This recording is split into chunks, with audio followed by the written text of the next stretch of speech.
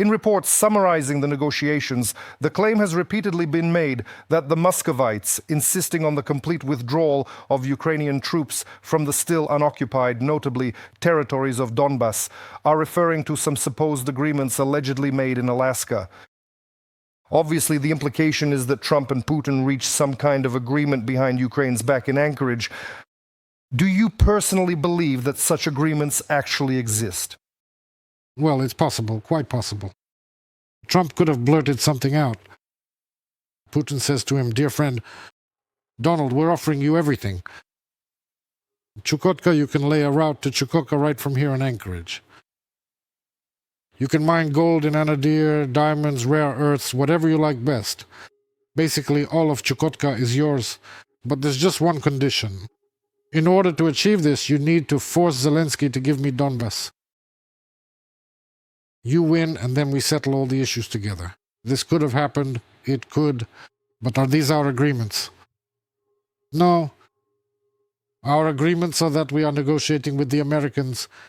Then, from 28 points, they reduced them to 20, discussed everything, went over it all. That's it. If Trump has, or Witkoff with Putin has some agreements in Anchorage that they fundamentally don't want to talk about but keep referring to, well, that's their problem, I think. What do we have to do with it? Let's take a direct look at the front line of combat. Today, first and foremost, the sector around Pokrovsk and Myrnohrad. As usual, we start with it. This is the area where, according to the commander-in-chief of the armed forces of Ukraine, Oleksandr Syrsky, about 400 combat engagements take place every week. Of course, we are specifically talking about the entire vast stretch of land, an expansive area spanning well over 50 kilometers long, which reaches from the settlement of Molodetsk in the southwest, all the way up to the regions of Rodinsk and Dorozhin in the northeast. Obviously, the main feature of this stretch remains the presence of a rather significant large so-called gray zone, an area that is completely uncontrolled by either side. In certain areas, in certain stretches, it extends on average between the Ukrainian clearly defined line of defense and the existing fortification or observation positions of the occupiers. It's about 3 kilometers wide along the entire perimeter, but in some places it even exceeds 10 kilometers, including almost entirely covering certain settlements, such as Rodensky, which is almost completely included, except for the westernmost blocks along the T-0515 highway. In fact, it is now entirely marked as a gray zone. The Russians are attacking very actively here.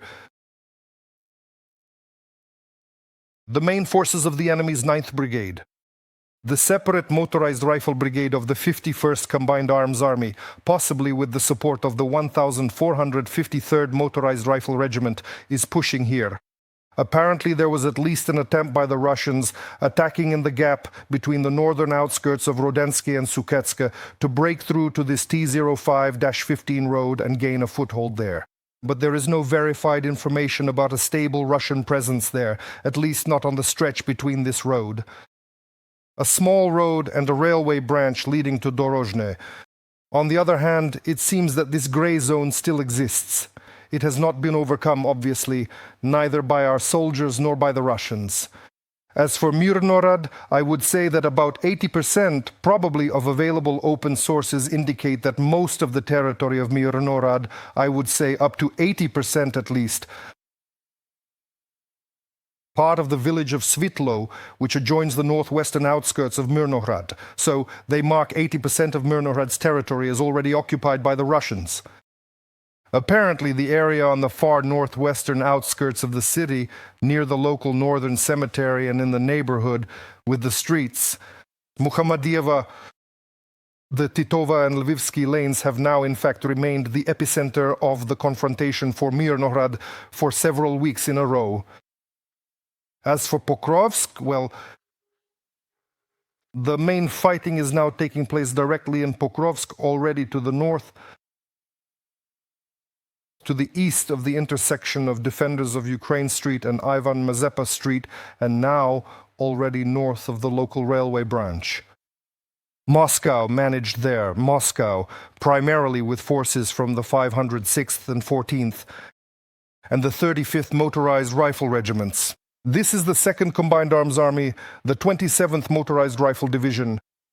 During the second half of January, the Muscovites managed to create a sort of salient here from the local Donbas plant, apparently having completely seized the Donbas residential area, forming this salient in a northwestern direction, crossing a chain of small lakes formed by the Hrishenko River. At the same time, the entire area north of, let's say, the N32 highway, from the fork to the turn toward Hryshyn, all the way to the village itself and up to the M30 highway, is now once again marked as a gray, disputed territory.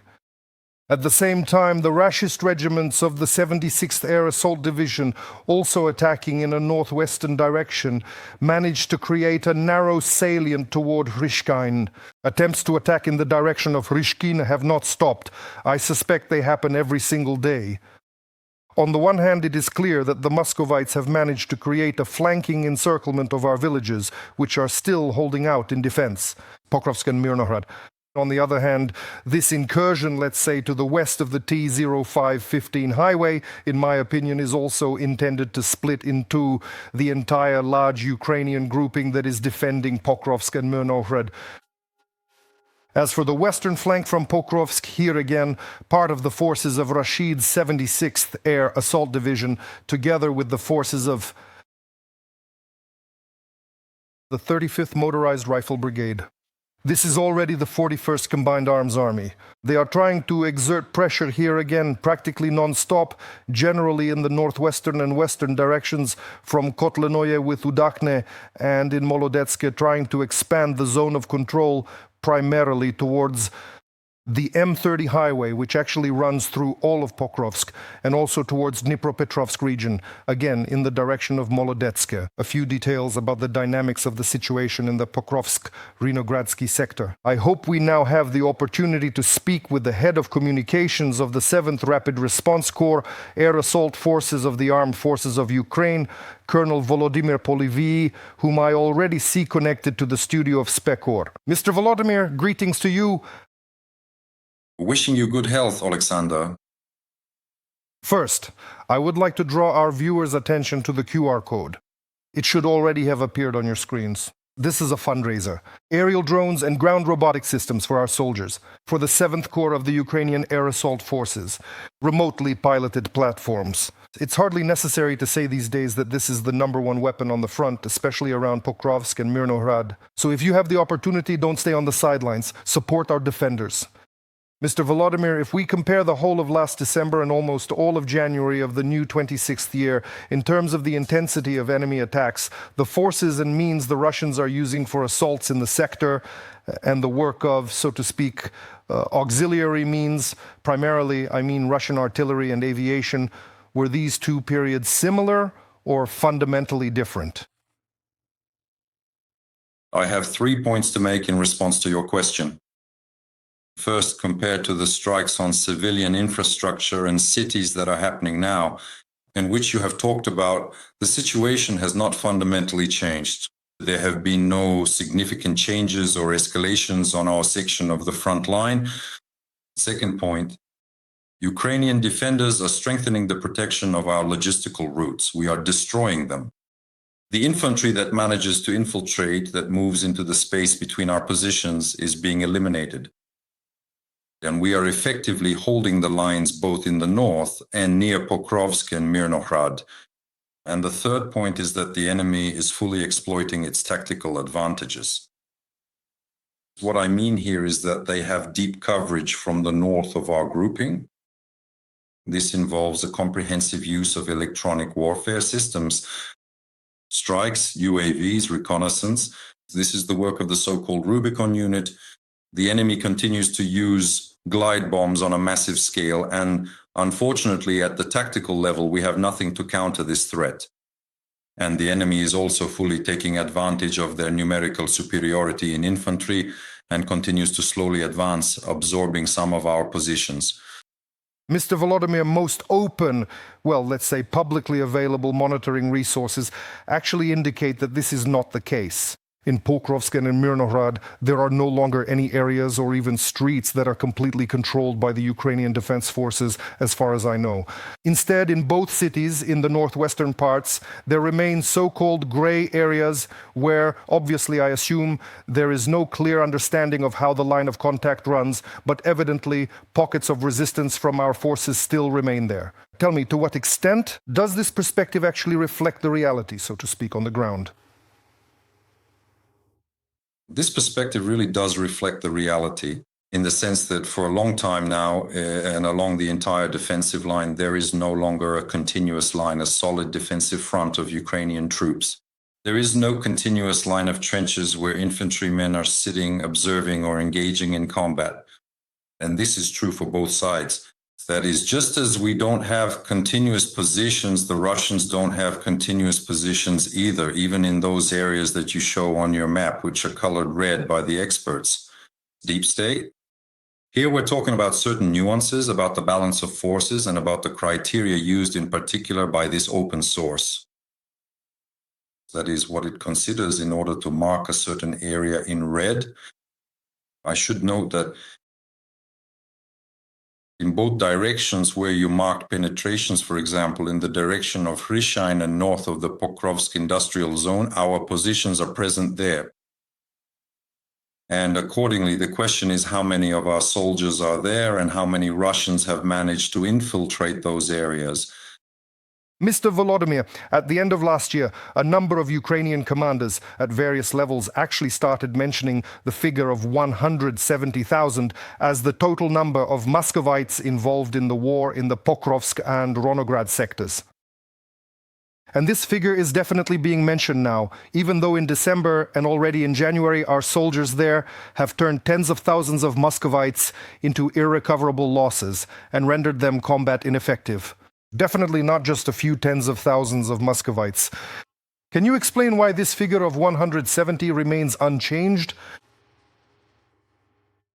If we take open data on Russian losses and their mobilization rates, we get a ratio that shows the defense forces are eliminating about 30,000 Russians per month, while they manage to mobilize around 35,000 people. Basically, we are seeing a gradual destruction, but there is a constant replacement by marching units that are brought to the line of contact. For example, if we talk about our area of responsibility, there is the 237th Air Assault Regiment of the 76th Division. They recently rotated one of their battalions, which had been worn down in the offensive, but they formed a new infantry battalion and continue moving toward Hryshyn. Mr. Volodymyr, let me clarify one last thing. Please tell us regarding this final question. Is this mostly just reinforcements for the enemy units already deployed in the sector, or is the enemy bringing in entirely new forces and equipment into the fight? Still, it's mostly the first scenario where the units currently on the front line are being reinforced. For example, you mentioned the 9th Motorized Rifle Division, which has been stationed in this direction for quite some time, and it is constantly receiving reinforcements which allow it to remain on the front line of combat.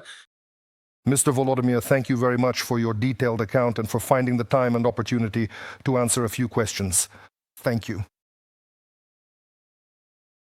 Mr. Pavlo, in your opinion, considering the current situation and what Volodymyr has said, are there still options, scenarios, and most importantly, possibilities, and as wild as it may sound, a tactical necessity to retake Pokrovsk and Myrnohrad, as is happening, for example, in Kupiansk, even though it is very difficult, but it is happening, or at least to secure the M30 and M32 highways west of T015 in order to improve logistics and supply? Or is it already the right time to begin a serious discussion about building a stable defensive line located further to the north, east, and west of the hubs of Pokrovsk and Myrnohrad? Well, yes. Here I agree with my colleague that when the deep state experts draw the map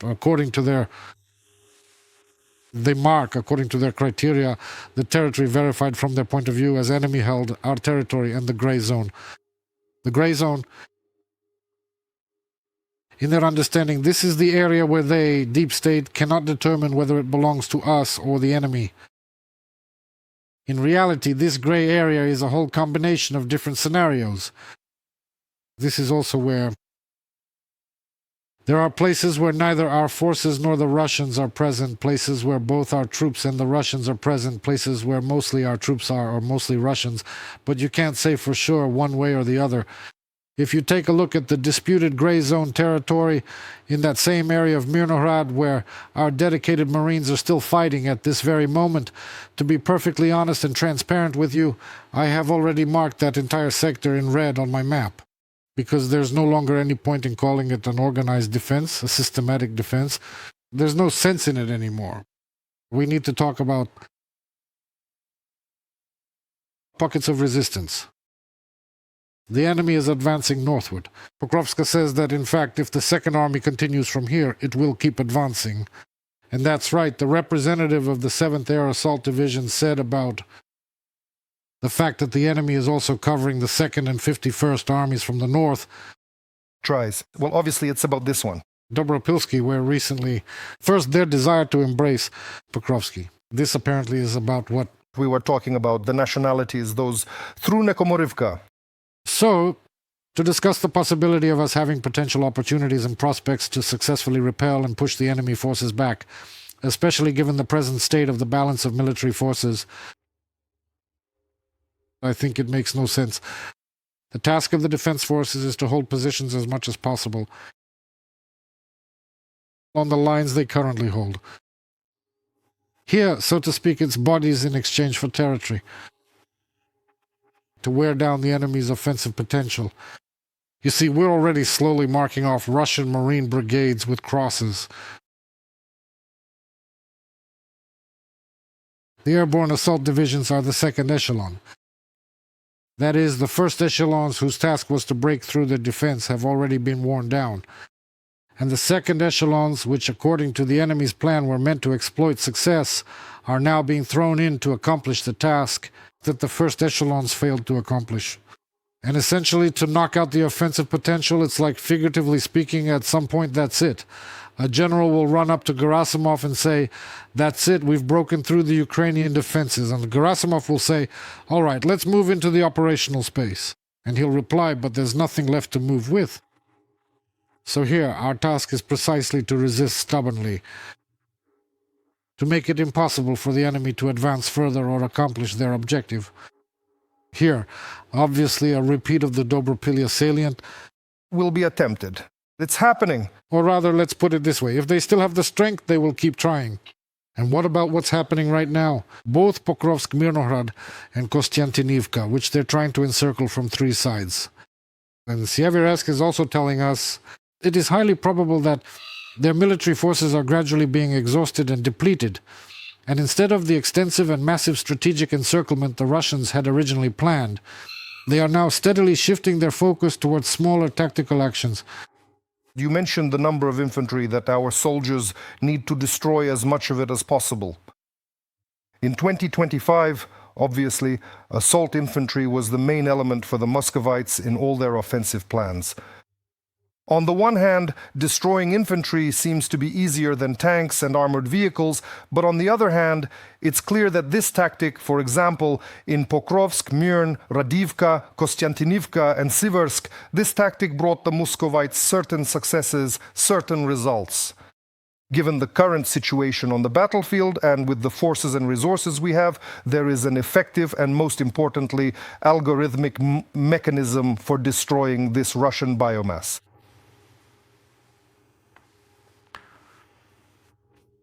Our command says that there is.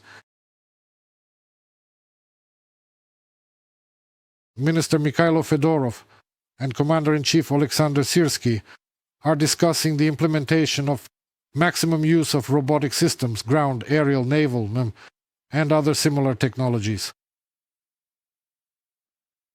However, from my personal perspective, I believe this is a highly positive development. It is just an idea for now, but it would certainly be a valuable and beneficial addition to the project. To the human... Like artillery fire? To the human factor, definitely.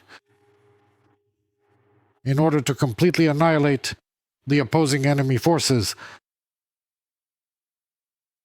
Artillery. Drones are needed. Now, the concept of artillery reconnaissance is no longer what it was even 5 years ago. Now, the way we fight is completely different from how we used to strike. That is, the reconnaissance strike complex has completely changed its characteristics. And the shift toward the strike role of drones, while this is critically important for the effective destruction of hostile enemy personnel, on the other hand, for these sophisticated drones to fly successfully, it is absolutely essential to have skilled pilots available. For there to be pilots, they must be stationed in the appropriate strategic positions. No. To hold those vital positions, you require a dedicated force of ground infantry who must be present. It is absolutely critical that you hold the defensive line with everything you have. If you simply decide to put these highly specialized drone operators out in the middle of a wide open field without any cover, then frankly speaking, it is only a matter of a very short time before their mission ends in a complete disaster. Another section of the front where the Russians are attacking at a rate of over 700 strikes per day. This refers to the southern operational zone, specifically Zaporizhzhia, where the Russians are literally using drones non-stop, those very drones you just mentioned, at both tactical and operational tactical levels. The intensity of airstrikes there has increased by about 30%, and in fact, both rocket and tube artillery are working continuously. The main focus is on three sectors, namely the very east of the region, that is, specifically, we are looking at the Pokrovsk-Huliaipol section, the strategic area surrounding Orikhiv, and in fact, absolutely everything located along the critical M18 highway directly south of Zaporizhzhia.